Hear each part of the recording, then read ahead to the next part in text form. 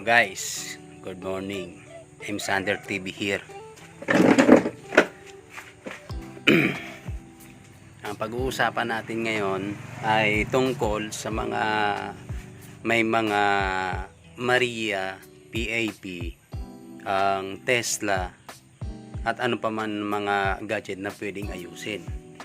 Yung may mga ning kung saan kayo nakabili pagkatapos hindi nyo na makontak yung mga binilan nyo, yung mga reseller kasi wala ngang warranty yan. So ngayon, mag-aano tayo na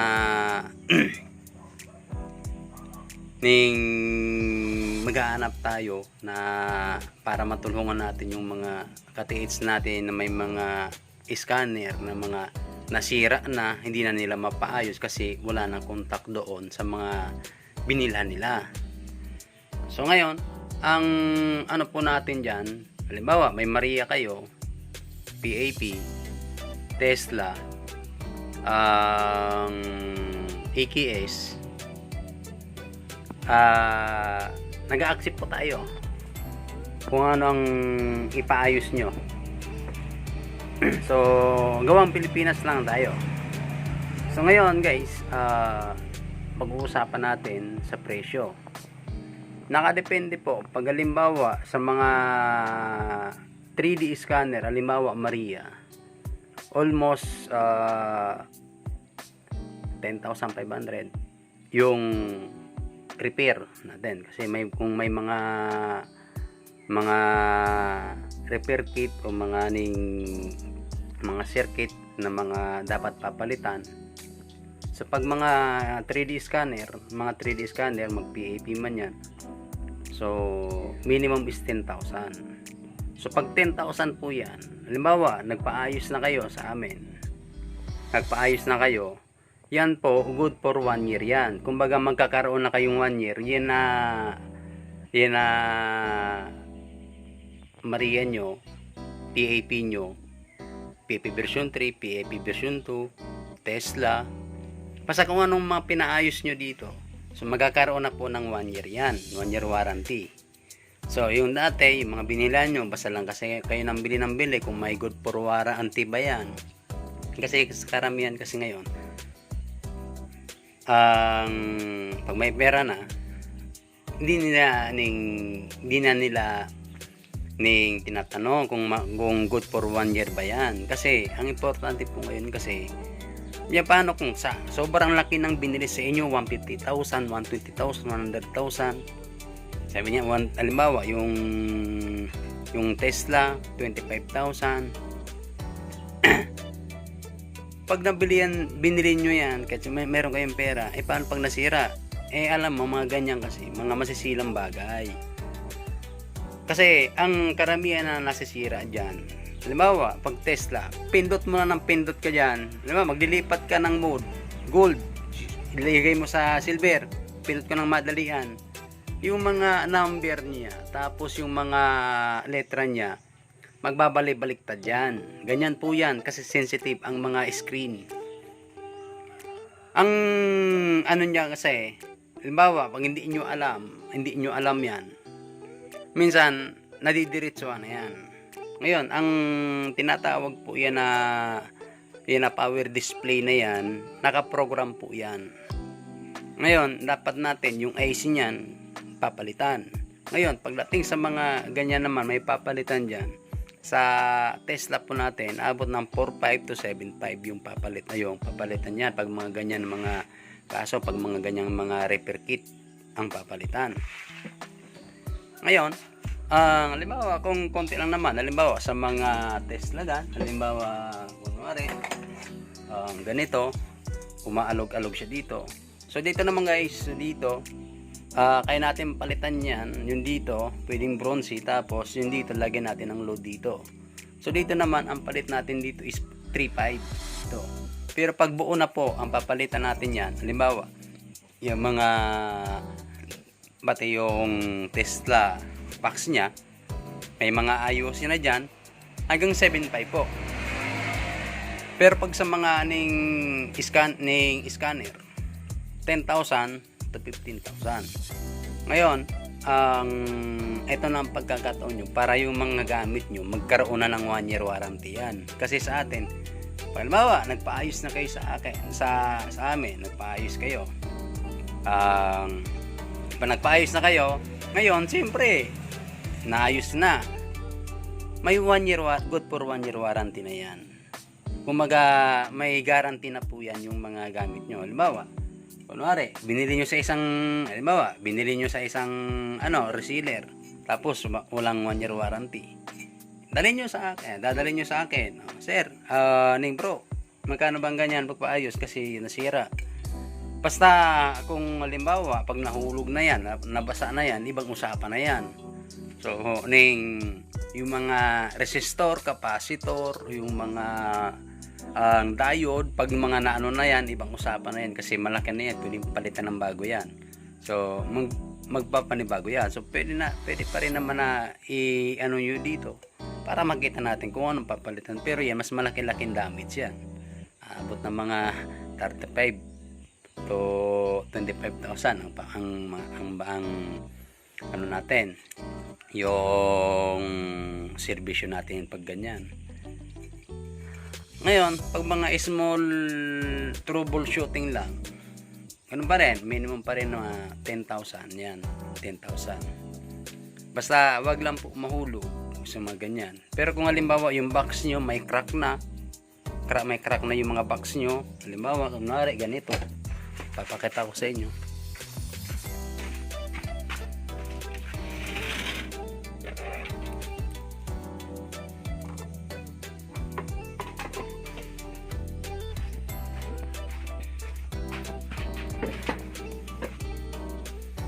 Siya guys, papakita ko po sa inyo. Yan. Bawa, ito yon, mariin natin. Ngayon, dito, pag may nagkaroon ng crack dito, halimbawa dito, nagkaroon ng damage dyan. So, dito po, ang kaso po niyan, ang screen display po ang babaguhin yan kasi nakaprogram din po yung display niya.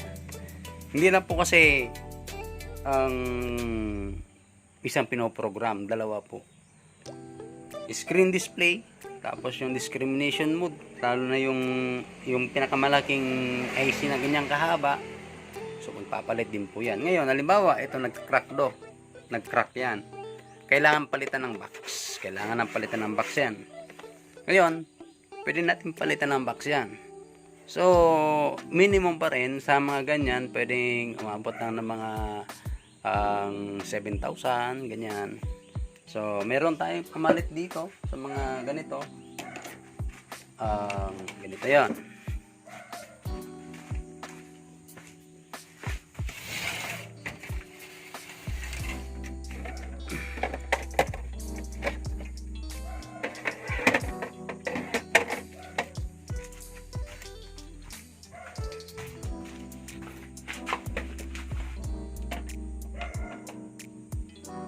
Inom muna tayo ng kape.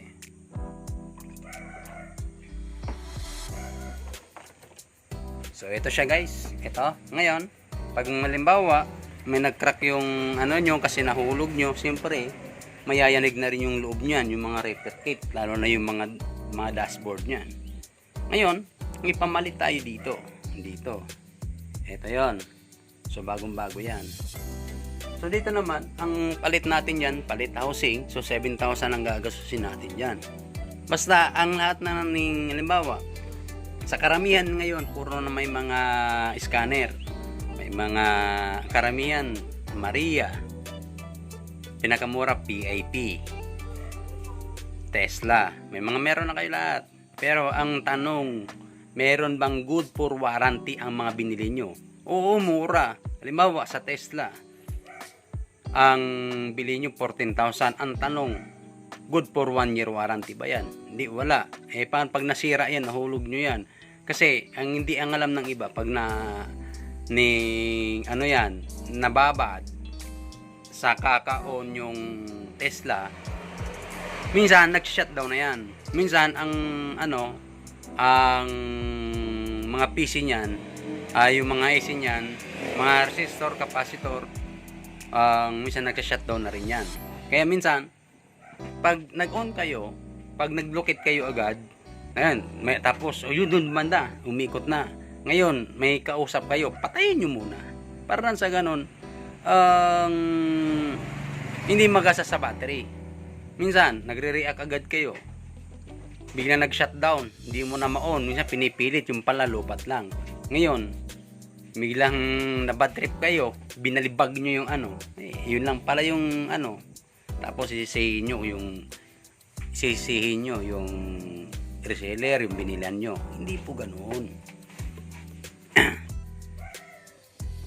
Basta, halimbawa, ito naman yung lahat naman nanggagaling sa akin, lahat po yan may good warranty. Halimbawa, sabihin natin kahit gaano kamura yan, good for warranty yan. So dito naman sa ning GTR, ito naman meron tayong ipapadala from Mindoro kasi nag-order sa ating kahapon. So yun po siya, ipapakita ko po sa inyo.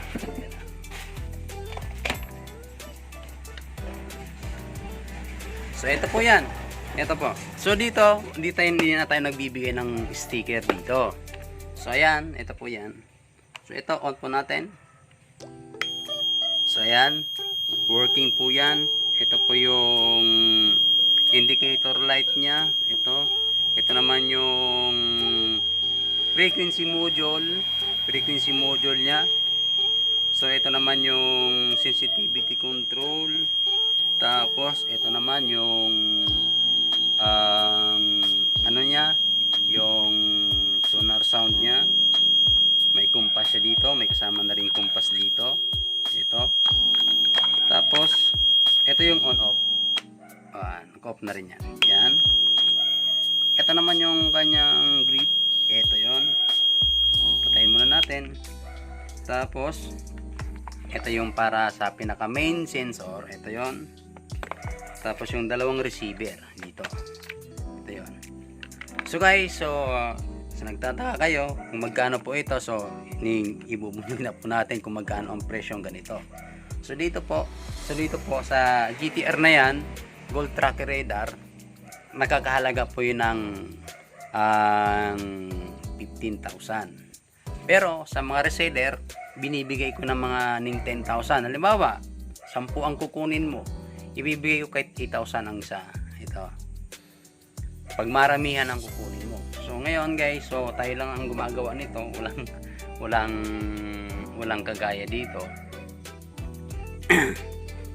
Then nagtatanong kayo guys kung paano ko nagagawa ang mga ganito. So nag-aaral po tayo sa mga kagaya ng sa ibang bansa, sa mga Indonesia, Thailand, mga ganyan.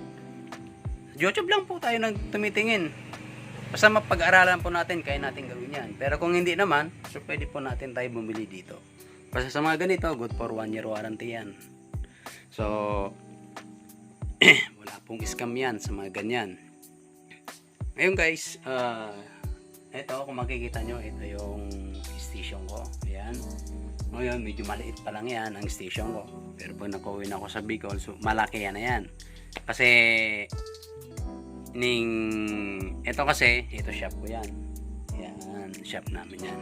Ngayon, pag uwi ng Bicol, ihati-hatiin ko yung station ko din sa pagtatato ko, yung pagwi-welding ko ng mga sideguard, pagpipintura ko ng mga kotse, tapos yung room, yung computer room, ng technician base ko dito. So yung guys, ganyan lang. So sa mga gusto mag-reseller sa mga ganyan, so PM nyo lang ako, M. Santer TV o kaya Darren's Blaso Misolas. So yung may mga nakabili na sa akin, so halimbawa, teka lang, biglang nag-on, teka lang. So ito, ipapakita po ako sa inyo. So dito naman, ito yung Aura Magnifica ko. Dati nung nasa Bicol ba ko, yung mga gawa ko puro mga puro mga manual locator.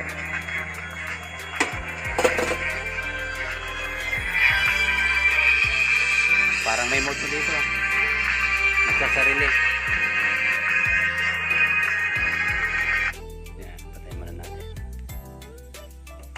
So yun guys, so may papakita ko din ako sa inyo. So yung nakikita nyo din naman sa mga reels ko, may mga bago akong mga ginawa. So ito naman yung bago ko. Ito yung bago kong Spy version 2. Yung isa version 1, so isang knob yun, dalawang channel lang. So ito po, ang channel dito ay 4. Pag light blue, kapag blue siya is tunnel. So dito naman sa pula, ibig sabihin yan bomba. Sa green naman, ang ibig sabihin poison. So dito naman sa yellow, ibig sabihin yan is gold. So dito guys, wala na siya ditong, wala kang ano dito, makikitang module, frequency module. So naka-base lang po tayo sa tester. So ngayon guys, so dito, ito yung wala pa tayong power on kasi bagong gawa pa lang to. Pero okay na yan. Nagpi-play na yan. So mag-ano na lang ako dito. So dito, ito yung booster nya, booster adjustment, sensitivity. Ito yung dalawang sensitivity control nya. Ito yung nagko-control dito. Ito naman yung mag-a-adjust ka. Ito kung papalakasin mo yung ano nya, yung sensitivity nya. Tapos ito, dalawa po siya dito. Dalawang adjustment yan. Dapat pagtitimplahin nyo yan. Yan. So, yun guys. So, dito, mabigat po yan. So, dito naman, nagkakalaga naman po dito is 25,000. Pero sa mga ganito guys, kahit maliit yan, huwag nyo pong mamaliitin yan. Kasi sa karamihan ng mga sinasabi nila, maliit lang yan. Murang materyales. Opo, murang materyales. Halimbawa, ito sabihin ko sa inyo, itong knob na to, magkano to? 100 pesos. 120. Sabihin natin 200 ang isa. 400 na dito. Ito mura din dito. Sabihin natin, pumapatak lang to ng 500 dito sa lahat na to. Pero ang tanong, yung circuit ba niya, tapos yung ADA ng tao, kayo nyo bang presyoan? Hindi. Kami, ang pinipresyoan po dyan, yung ADA ng tao, yung diagram ng tao, kung paano yan dumitik. Yung po ang nagpapamahal yan. Hindi po yung kakalalabasan ng mga material na bagay. Kasi, ang mga materials na bagay, halimbawa katulad lang ng ganito, sabihin niya natin, ganito. Ito, di ba? Ito, measure lang to. Yan. Mura lang to, 120. Pero, dito, mas kahit 120 kamura yan, pero mahalaga ito. Mahalaga ang measurement. Kasi alam mo kung bakit. Kasi, ito yung gagamitin mo para makapagsukat ka. Halimbawa, kung magwi-welding ka, magsusukat ka ng tubo, o nung size, o gagawin mo ng kulong-kulong, o sidecar. Sobrang halaga po nito. 100 pesos lang, bili mo nito. Pero, dito, maraming pinaka-importante dito. Alam mo, 100,000 na ang magagawa nito. Kasi kung wala kang measurement, gagawin mo lang, puro ting-ting lang. O kaya, gagawin mong panukat, yung lubid lang, mahihirapan ka. Ito po, pinaka-importante.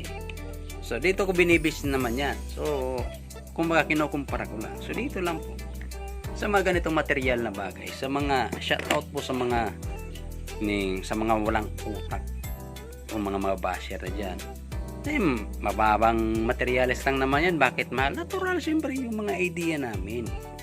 Ang mga talentong mga tao. Doon po ang binibis namin ng presyo. Kasi kami, sabihin niya namin na ito, matagal kaming gumawa nito, maabot ng 1 buwan. Pero parang masiraan kami ng ulo sa kakaisip ng idea ng ganito para ma-perfect lang. Sabihin ko po sa inyo, yung mga sinasabi, halimbawa scanner, halimbawa yung locator, o nakakuha na ba yan? Hindi ba naman kayo tanga sa mga nagsasabi ng ganyan? Ang simpleng sagot lang yan. Halimbawa, ito, nakakuha na to.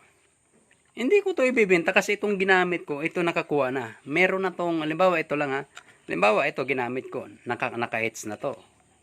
Pero hindi ko to ibibenta. Gagawa ko ng marami nito para kopyahin yung diagram nito kasi nakakuha na ito. So subok na. Pero itong ginamit ko sa site, hindi ko ibibenta. Yung mga bago ang ibibenta ko. Kasi yun, naka-hits na. Hindi ko, kasi naka-hits na to, ibibenta ko ng mga more than to 100 to 150,000. Ngayon, kung walang bibili, walang problema kasi naka-hits na rin ako eh. Ganun lang naman yung kadali. Ngayon, sa, halimbawa, ganito na lang. Ba, naka-hits ito. Kahit sabihin natin, binigay ko sa iyo. Tapos, akala mo makaka-hits ka? Hindi, kung mali-mali ka namang, mali naman ang diskarte mo, sasabayan nyo siyempre ng diskarte. Pero kung gagamitin nyo, iikot. Bakit? Basta lang ba iikot? Ituturo kayo sa tama? Hindi. Sa paggamit nyo po yan. Ganun po yan mga boss, mga sir, mga bro. Mga madam. Kasi sa karamihan na mga nagtatanong, alam mo nyo po, yung nagtatanong na naka-hits na po yan. Yan po yung mga siraulo ang mga utak. Kasi, pag nagtanong ka, naka-hits na ba yan? Yan yung yan yung nagtatanong na mga tamad. Kasi ang gusto nila, yung naka-hits na, may history na. May history na yung sa kanila bibilin. So, ito, halimbawa, naka-hits na yan, bilhin mo ng 1,000,000. Kung ayaw mo ng 1,000,000, di wag, walang problema, walang mawawala sa'yo. Ngayon, nanginayang ka, kung mapera ko, di bilhin mo 1,000,000. Ganun lang naman yan. Ngayon, sa mga ganito po, mga ganyan yan, marami ang nakikita ko, dinatawanan ko lang po sila. Sa mga, hindi naman mga hunter, nag-hunter-hunteran lang, mga ganyan. Bakit ano ba ang alam nyo? Nagbebenta kami. Oo, nagbebenta kami, pero ako, reseller ako. Then, hindi lang ako reseller, gumagawa din ako. O, kaya nyong gawin yung kaya kong gawin. Ang iba naman, sumasabi dyan, scam yan po. Nung nasabing scam, bakit naloko na kayo? Naloko na kayo ni M. Santer TV. Hindi ba? Hindi pa naman. O ngayon, paano nyo sasabihin na paano nyo sasabihin na paano nyo sasabihin na pipirahan ang ibang mga TH? Bakit? Nang-hold up ba? Nakadepende na yan sa TH natin kung gustong bumili. Kung ayaw naman, wala naman tayong magagawa, di ba? Wala naman mawawala sa akin. Ganun lang naman yan. Sa mga taong mga nagtatanong na ganyan, yung mga ng mga basher. So, sa karamihan po mga basher dyan, ito lang sasabihin ko sa inyo, inggit kayo sa amin. Kasi kung hindi kayo inggit, ba't kayo mangbabas? Sabihin nyo na lang sa comment, ayos na yan bro. Yan, good luck bro. Up. Yan, ganun lang yan. Ganun na ang sasabihin nyo. Simpleng-simple lang. Hindi yung mangbabas pa kayo kahit ano-ano mga sinasabi nyo. Bakit din nyo na lang sabihin na ganyan? Kung halimbawa, kung ano yung mga ginagawa nyo, di gawin nyo yung mga ginagawa nyo. Hindi yung mangbabas pa kayo ng iba. Kasi kami, mga binabas nyo, kami, tinatawanan lang namin kayo. Ano yung ibang mga matatanda na mga treasure hunter? Yun, kung sino pa yung mga sinasabi nila ng mga veterano. Ang ibig sabihin na veteranong treasure hunter, oo, veterano sa kaka-treasure hunter, pero ang tanong nakahits ka na. Iba ang ibig sabihin ng treasure hunter pa lang, kung baga sa distributing, ano ka pa lang, kung baga sa sa networking, distributor ka pa lang. Nakawala? Ayun yung ba't ginanyan mo kasi? So, yun lang guys. Maraming mga nangbabas. So, tingnan mo, yung mga nangbabas sa mga comment ko, sa mga reels ko. Minsan, inaano ko yan, pinipim ko yan sa messenger nila. Ayun, yung isa naman yan, shout out sa iyo bro. Yung hindi naliliwanagan, tingnan mo. Yun ang baba sa akin, ngayon, humihingi ng peace. So, ngayon, alam mo na, so, sa madaling salita, alam mong inggit ka. Meron ka palang gustong sabihin. Bakit mo na lang sabihin, bro, magtanong ka na kung ano-ano, sasagutin natin. Hindi, yung mga babas pa kayo. Yung isa naman dyan, na nang babas, akala mo kung sino, O yan, gawin nyo na lang kung ano mga ginagawa nyo. Hindi yung mangbabas pa kayo sa amin. Kaya nga kami nagkakaroon ng content. Content namin for treasure hunting. Ganun lang yan. Kaya yun naman, ang content nyo, kung nang babaril kayo ng mga ibon, yun ang i-content nyo. Hindi yun ang babas pa kayo. Ang karamihan naman ng babas, yung mga animation pa yung mga profile picture, tapos wala pa silang mga ning permanenteng mga profile, yung mga sarili talaga nila. Yun ang totoong mga scammer. Sa karamihan ng mga naloloko, yun. Yung mga animation ng mga profile picture, tapos tingnan mo. Siyempre, kung talagang ang totoong tao, siyempre, halimbawa, katulad noon, mayroon akong ang isang basher. Siyempre malakas ang loob niyan. Kahit sabihin ka pa makipagpatayan niya ng ganyan, sabihin pa niya, tayo nakikita niya, siya hindi. Puro siya ng animation. Ano yan? Ang ibig sabihin niyan, wala yung bayag. Yan tinatawag dyan. Kasi, sa mga susunod na mga taon, magkakaroon na tayo ngayon, wala pang registration ang mga Facebook. Pero sa mga susunod na mga taon, magkakaroon na ng mga code o mga registration, kagaya ng SIM card. Ngayon, yung mga nag-i-scam dyan, makakawawa na kayo. Kasi hindi na kayo makakapag-scam kasi dapat siyempre i-register nyo na yung totoong pangalan nyo. Tapos yung picture nyo. Hindi na kayo makakapag-scam, kawawa na kayo. Kasi karamihan ngayon, hindi pa naaasikaso ni Facebook ang Facebook talaga. Kasi karamihan ngayon, gumagawa sila ng mga peking account pagkatapos sila mangbabanat na mangbabas ng ganyan. Hanggang magkipagmuraan sila. Ganoon lang yan. Sa karamihan ngayon, puro matatanda. Ugod-ugod na nga. Tapos mga wala pang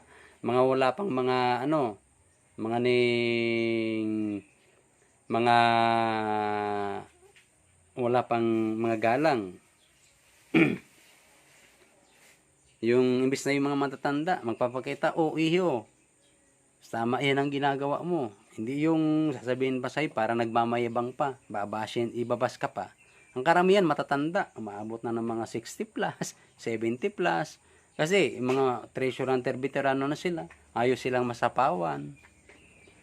So, ganoon lang yan guys, kasimple. Kung yung iba, may mga ginagawa na, kung mga naka-AIDS na, di, good for sa inyo. Basta kami mga nagbebenta, kami mga gumagawa, huwag nyo na lang kami pakialaman. Huwag nyo na lang kayo mag-comment kung kahit na ano-ano. Kasi, hindi naman tayo magkakatulad. Ano bang ibig sabihin mo? Kung anong gawin namin, gawin mo. Yung ginagawa mo, gagawin namin. Hindi, magkakaiba po tayo. Ganun lang yan. Karamihan, ang mga ganyan, ang mga Pilipino talaga, ganyan. Ang iba, mga bastos ang mga sinasalita nila. Kaya, kailangan siguro, yung mga nagpagpapalaki sa kanila ng mga magulang nila, walang disiplina, hindi na pa nang maayos. Kaya yun, bigay ka ng bigay, tapos ganyan, siyempre, ayaw mong papagurin yung anak mo, bigay ka ng bigay, pag lumaki ng lumaki yan, siyempre, nabungadan na niya na hindi mahirap kitain ng pera. Siyempre, pengi ako ng ganito. Pag di mo binigyan ng anak mo, magdadabog, minsan, magagalit, sisigaw-sigawan ka pa. Ito naman yung sinanay, ito naman si tatay, ganyan. Tatanggapin lang yung sinasabi ng anak kasi ayaw niya ma-perwisyo yung anak. So, hindi po. Pag wala kayong disiplinasyon sa mga anak nyo, kayo na po mismong gumagawa na hindi nyo kayang tulungan ng anak nyo. Pag dinisiplina nyo ng maayos yan, dapat disiplinahin nyo ng maayos yan, maging stricto kayo sa magulang nyo, maging stricto kayo sa anak nyo. Ngayon, pabayaan nyo kung anong sinasabi ng anak nyo habang bata pa yan. Ngayon, pag naging ng pera sa inyo, sabihin nyo, paghirapan mo, utoy ang pera. Hindi yan tinatae. Habang tumatagal yan, Magkakaroon ng interest yan, makapagning trabaho. Abang, halimbawa, 16 years old, makakapagtrabaho na yan. Hanggang pagpataas ng pataas yan, makikita mo. O, yung sinasabi ng mama mo, sinasabi ng papa mo, marirealize ng tao, ma, salamat kasi ganito. Kung hindi dahil sa'yo, kung hindi dinisiplina mo ako ng matino, hindi kayo naging stricto sa akin, hindi ko makakamit, hindi ako makakapagtayo, hindi ako tatayo sa sarili kong paa. Hindi dahil sa mga sinasabi nyo, magbalat ka ng sarili mong buto habang maaga pa. Kasi kasi si inyo naman yan, tulungan nyo ang yung sarili. Hindi yung ibig sabihin na ang stricto ang magulang sa inyo, stricto kami sa inyo, malupit kami sa inyo, hindi na namin kayo mahal. Hindi. Kasi ang anak na mahal ang magulang. Stricto ang magulang sa anak. Kasi hindi habang buhay puro bata yan eh. Tatanda habang patagal lang ning taon, lumilipas ang taon, tumatanda yan, nagkakaibang utak ng bata. Lumalaki yan. Ngayon, sasabihin ko sa inyo, ang magulang na, halimbawa, nag-iisang anak ka, bibigay mo lahat ng gusto mo, kahit ano, igagapang mo siya. Paano pag wala ka ng pera maibigay? Siyempre magagalit na sa iyo yan. Kasi ayaw mong sabihin na ayaw mong hintayin na magalit sa iyo ang anak mo. Hindi mo talaga magagalit ang anak mo sa iyo kung bigay ka ng bigay. Pero kung pag wala ka na, bakit? Habang buhay ba may ibibigay ka sa anak mo, sa mga loob ng anak mo? Hindi. Hindi po ganyan. Ang ganyang pagpapalaki sa anak, mali ang pagpapalaki ng magulang. Kasi kung pag lumaki na yung anak, tingnan mo, kasi nung kasalanan, ba't ka minumuro ng anak mo? Ba't ka minsan, yung magulang pa, yung anak pa ang pumapatay sa magulang. Yung anak pa ang pumapatay sa magulang. Kasi, minsan, nakakaroon ng ano yung utak. So, ito lang guys, sasabihin ko sa inyo. Ako, nung bata pa ako, malapit yung magulang ko sa akin. Kasi akong panganay na anak, dati kami, 4 pa lang kami, wala pa yung bunso namin na kapatid na babae. Malupit yung magulang ko sa akin. Yung tatay ko, mabait yan. Sobrang bait. Pero, yung sinasabi ng mga kapitbahay na sobrang bait ang papa mo, pero bakit ganyan? Minamalupit. Sinasaktan ako. Pag naglalaro, pag wala pang tumakas ako, hindi pa ako nakagawa ng gawaing bahay, makikita mo yung sanga ng bayabas, ganito kalaki ng daliri. Yan, sinusugod na ako niyan. Minsan, yung lastiko na naglalaro ako, minsan, piprituhin yan, kainin mo yan. Ganyan, kalupit yung magulang ko dati. Tapos, may yung kapatid ko, yung may cellphone noon, wag mo yan, baka masira mo pa yan. Yung kapatid kong pinaperaman. Yun, yung pinapagkakatiwalaan. Minsan nagkakaroon ako sa isip ko, magkakaroon din ako niyan, magtatrabaho ako. Nagkaroon na nga ako, hanggang elementary ako, nagtatrabaho ako. Tapos nag-aaral ako, pinagsasama-sama ko, yun ang nagiging baong ko. Hanggang ganon, namumulat ko sa sarili ko, naasa ang isip ko.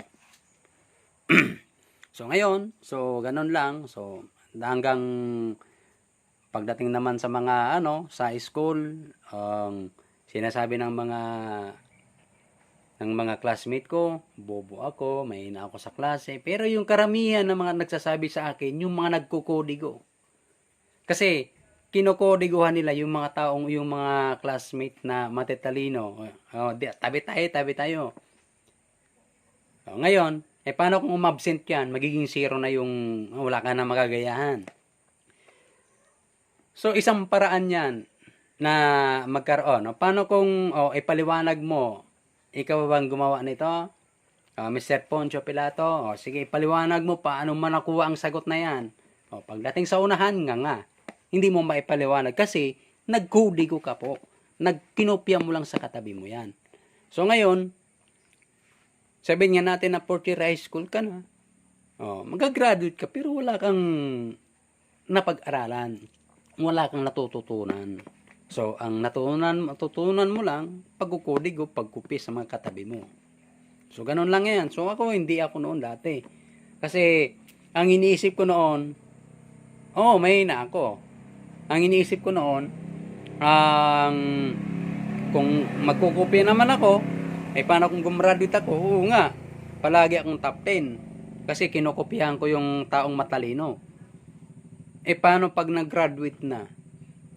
Siyempre, wala na yung tao na pinagkupihan ko. Siyempre, tatanungin ako, ano bang napag-aralan mo? Paano ka nag-graduate? Ganun dapat ang sasagot sa akin yan. Yun ang iniisip ko. So, hindi ka pwede dapat magkodigo na ganun. Kasi, piling matalino ka. Paano kung dalawa kayo ng teacher nyo? Paano mo nalaman ang ganitong sagot? Naging 100 sa test, paano mo nakuha lahat yan? Ipaliwanag mo isa-isa. Nga ka. So, ganun po yan. Ganun lang po. Simpleng arithmetic lang na hindi niya maintindihan ng iba. So, ngayon, yung mga sinasabi nila, asan na yung mga classmate ko na mga nagmamagaling-magalingan dyan, na matatalino, pero wala naman pala. Tingnan mo yon. So, ngayon, akala nilang bobo ka. Bakit di nila masabi sa sarili nila bobo din sila? Kasi bakit yan nagkukodigo? Diba? Ano lang kasimple yung sagot. Tingnan mo yung mga classmate ko. Maagang nagkapag-asawa. Anong mga trabaho? Sa bundok. Anong mga trabaho? Sa sa pag-araro. Tapos ka ng salitatorian, ganyan pa yung mo.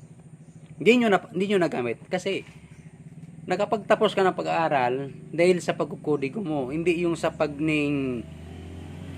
pagsipag sa pag-aaral mo, hindi yung mismong isip mo yung pinapairal mo, kung hindi sa pagkokopya. So ganun lang po yan, kasimple. Kahit ako ning pagharapan yung dati kong mga teacher, kahit ako tataning sasagutin ko agad yan.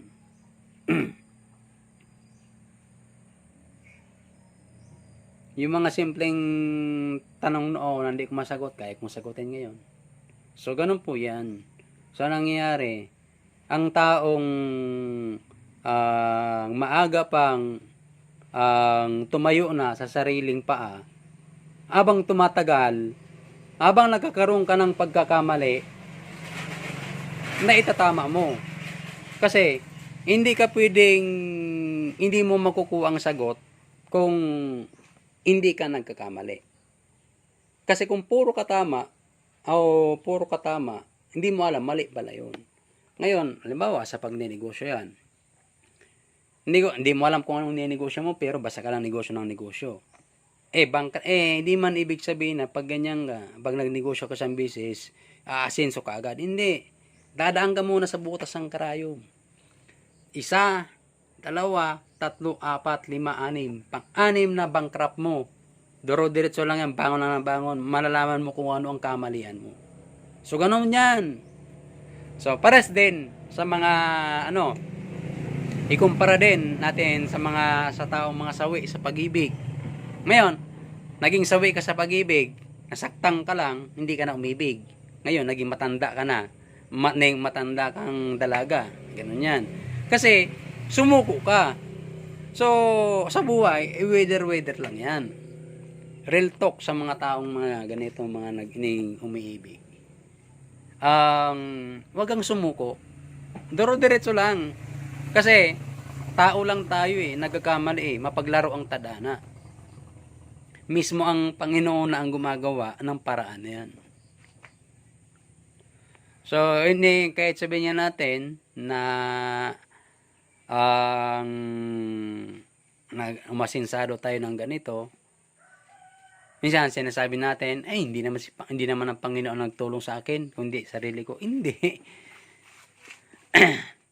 Tinutulungan ka pero gumagawa ka. Ganun yan. So, ganun lang naman mga ka-teach. So, yung maganito natin. Kung ano yung mga ginagawa natin, huwag natin pakialaman ng isa't isa. Gaya naman ito, may pangarap si isa, pangarap kong magkaroon ng malaking mansyon. Yung pangarap kong magka-abroad. Yung isa naman, yung kaibigan, dinadown yung kaibigan para di maka-abroad. Para di maabot yung pangarap. May kaibigan, mayroon talagang ganyan. Kasi mayroon talagang ganyan na gusto makapag-abroad yung isang kaibigan. Ito naman si kaibigan niya, dinadown niya, sinisiraan siya para hindi maabot yung pangarap. Ngayon, papayag pa kayo na yung ibang tao ang magiging magmamaniobra ng buhay nyo? Buhay nyo yan eh. Kayo dapat magdedesisyon yan. Hindi yung ibang tao. Diba? Kasi may sarili tayong utak. Hindi yung iba ang magpapaira ng utak natin. Diba? Ganito. Oh, ito, yung asawa mo. Ito ito yung girlfriend mo, boyfriend mo. May nakita ko na may kasama yung girlfriend mo na isang lalaki. O, asan na? Ito naman, si lalaki. Maniniwala ka ng ganyan. Asan ba? Tapos wala naman. Ngayon, dapat sa panahon ngayon, dapat may pruweba. May ebidensya na may papakita ka. Bidyuhan mo, may cellphone. Ayan. Ang isa pa, limbawa, dito naman, sa kapaligiran natin, may mga modus na nangyayari na hindi natin alam. Ngayon, social media na ang katapat, ang ano dyan, may cellphone ka, huwag ka lang umimik, bidyuhan mo lang. O, bahala na kayo ka, i-post mo sa Facebook, o yun na. Kagaya doon sa dito, yung sumimplang kami dito mismo sa may barangay na yan. Hindi ko nababanggitin kung saan yan. Nung umuulan, sabi ko, may kasalanan nito ang kapitan. Yung motorista, alam niya kasi nagwa-widening out may ginagawang daanan sa taas, yung lupa napupunta sa daanan. Sino mananagot? Siyempre yung leader ng barangay. Doon po yon sa dulo, malapit sa bayan. Ang ginawa ko noon, pinagpipicturean ko, binidyohan ko.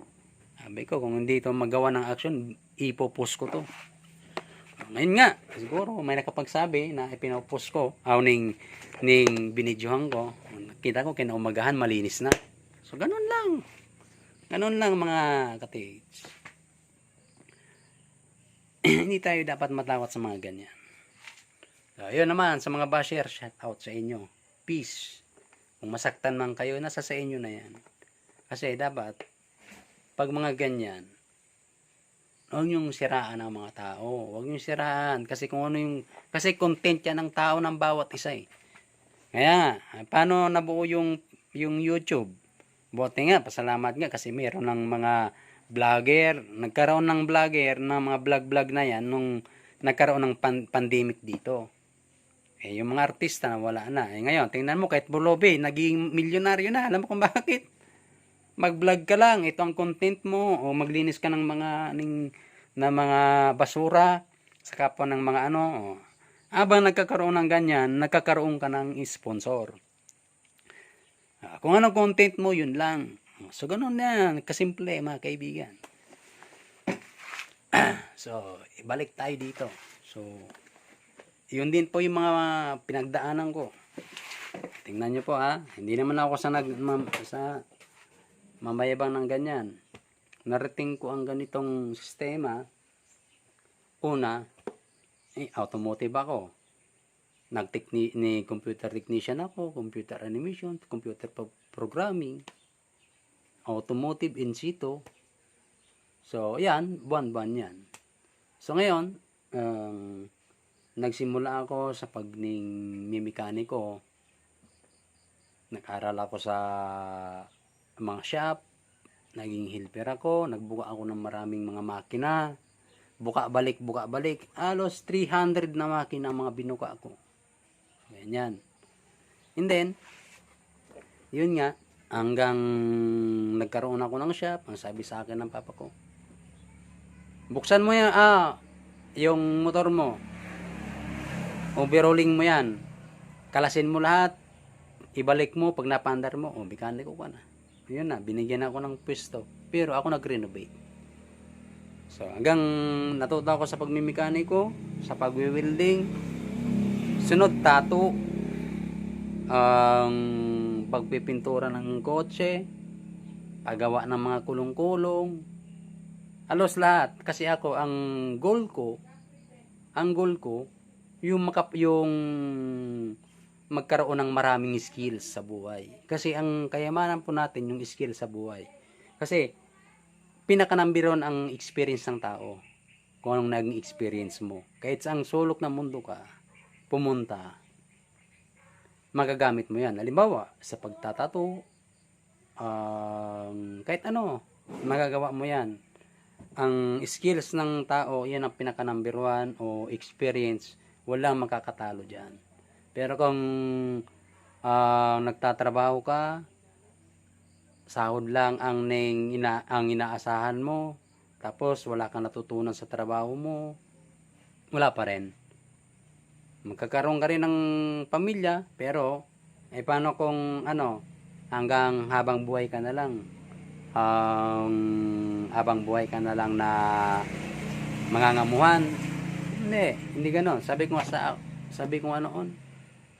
habang buhay na lang siguro ako mangangamuhan nito. Kasi trabaho ako ng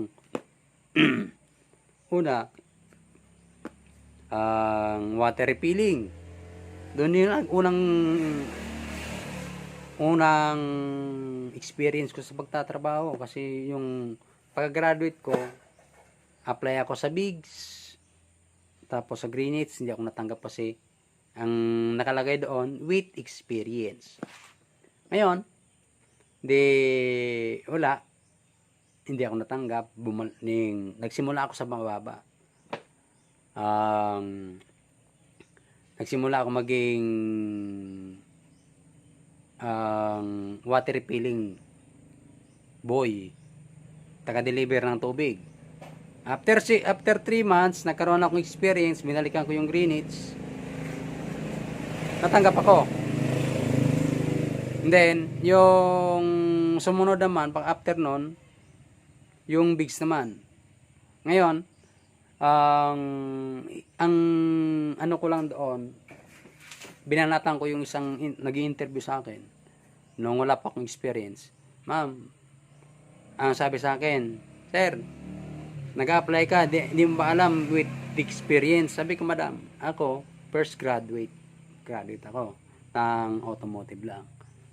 Kaya nga ako gusto magtrabaho para may matutunan, para magkaroon ng experience. Kasi yung mga dating mga may experience na, iyak-iyakan na sa kanila yan. So dapat ang iyanan nyo dyan, i-hiring nyo yung mga fresh graduate, yung mga wala pang para magkaroon ng experience. Training mo lang ng 1 week yan, may experience na yan. Doon ako natanggap. Hanggang natanggap ako sa Jollibee, sa Graceland, ang Chesmega, sa Pepsi, sa lahat, collector na rin. Lahat napasukan ko na. So yun guys, hanggang lahat yan, ng mga naging experience ko, in-apply ko lahat sa sarili ko yan. Doon ako nagsimula, magnegosyo, ganyan. Wala pa akong asawa nun. Dan. Hanggang narating ko yung, eto na nga, yung ganito. Kahit hindi man tayo mayaman, ganyan. Kasi, ang sinasabi ko lang, ang taong mayaman, ay mayaman sa experience. Gamitin mo sa tamang experience mo. Doon, makakamit mo yung gusto mo. Tiyaga lang. So yun guys, napahaba na yung usapan natin. So dito nga pala, ito na yan. Sa mga dito, sa natin, ngayon, bibili kayo dito. Ngayon, makikita nyo ito naman, itong bit ng Maria, yan, pinalitan na natin yan para nang sa ganun, suwabe yung nilalagay nila sa leeg. Kasi dito, nagkakaroon ng gatlang, masakit. Kaya ito, ang belt to sa gitara. Kaya pinalitan na natin yan. Tingnan mo, nakatornilyo na. Yan, ganyan yan. Para na sa ganon, pag inano natin sa customer natin, maganda at suwabe. So dito naman guys, so dito, panakabil kayo ng 3D scanner ng Maria, o kahit anong 3D scanner sa akin. So meron tayong freebies ng GTR. gold tracker radar. Yan. And then, pwede rin naman itong spy gold locator. Kaya tinawag kong spy ito kasi nagpipinput ito. Kasi ito, manual frequency. So, kinuha po natin ang frequency sa tester. So, kung ano yung frequency ng sa module, sa mga halos pare-parehas lang naman yan. Pero, in fact, ang nagkakaroon kasi dito, ang gold kasi ay frequency ng gold is 5,000 minimum yan. Pero pag linakas mo, kaya meron kang booster, nilagyan natin ng booster para mapalakas yan, ang maximum yan, pumapatak yan ng 10,000. Pinakamalakas yan, kahit ng 300 km pa kayang hagipin niya. May ituro. Kailang kaso, hindi magagawa niya yan ni locator. Kasi, sa daanan pa lang, marami nang mahagip na malalapit. Kasi kung ang locator kasi natin, kahit ionic man yan, kung saan ang pinakamalapit, doon siya tutunog. Doon siya iikot. Doon siya tuturo. So, ganun siya guys. So, dito naman, dito, so, pag nag-build tayo ng scanners, may mga previous po tayo. Basta good for 1 year warranty yan. And then, sa mga, sa mga problema na magpaayos ng scanner, so kontakin nyo lang ako, Santer TV, and then Darren's Blossom Isolas. Ilalagay ko na lang yung link sa taas. Then, subscribe na lang kayo. So, yun guys. So, shoutout nga pala, Luzon, Visayas, Mindanao. Shoutout sa iyo, Bro Ronan Alipin, Danya Mamoto, Ning Bro Romil,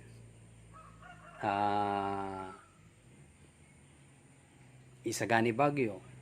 So, lahat ng mga mga vlogger hunter dyan, shoutout sa inyo lahat. So, marami kayo. Hindi natin maisa-isa yan. So, sige lang. Good luck. Sana mapakinggan nyo itong vlog ko. So, yung mga hindi na mga problema, accepted, nag-accept ako ng mga sira ng mga ng mga Tesla nyo. Ayusin natin basta yung mga serbisyo natin, yung payment natin pagdating sa Maria up to 10,000 to 15,000, pero pag malaki ang damage 25 to 30,000. Pero doon pa lang pag nagpaayos na kayo sa amin, so magkakaroon na po ng 1 year warranty yan. Halimbawa, bumili ka ng Tesla sa iba, tapos wala naman 1 year warranty.